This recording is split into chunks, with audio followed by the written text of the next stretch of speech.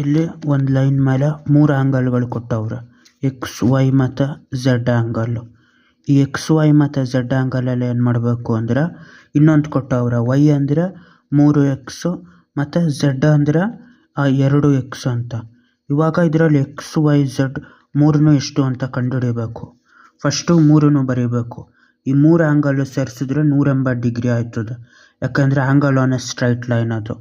ಹಂಗಾಗಿ x plus y plus z ಅಂದರೆ 180 degree ಆಯ್ತದೆ. ಇವಾಗ ವೈ ಅಂದ್ರೇನು 3x, X plus 3x plus z ಅಂದರೆ 2x ಈಕ್ವಲ್ ಟು 180. ಅದೇ ಥರ ಎಕ್ಸ್ ಪ್ಲಸ್ 3x ಅಂದರೆ 4x plus 2 6x, 4x plus 2x 6x, 6x equal to 180 ಆಯಿತು. ಈ 6 ಕಡೆ ಹೋದರೆ x equal to 180/6, 6 1 6 3 0 x equal to 30 degree ಆಯಿತು. ಅದೇ ಥರ ವೈ ಝೆಡ್ ಕಂಡುಹಿಡಿಬೋದು. ವೈ ಅಂದ್ರೇನು 3x, ಅಲ್ಲಿಗೆ 3 ಟೈಮ್ಸ್ ಆಫ್ 30, ಇದು 90 ಡಿಗ್ರಿ ವೈ ಅಂದರೆ.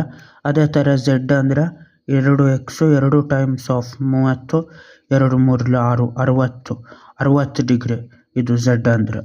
ಬಾಯ್.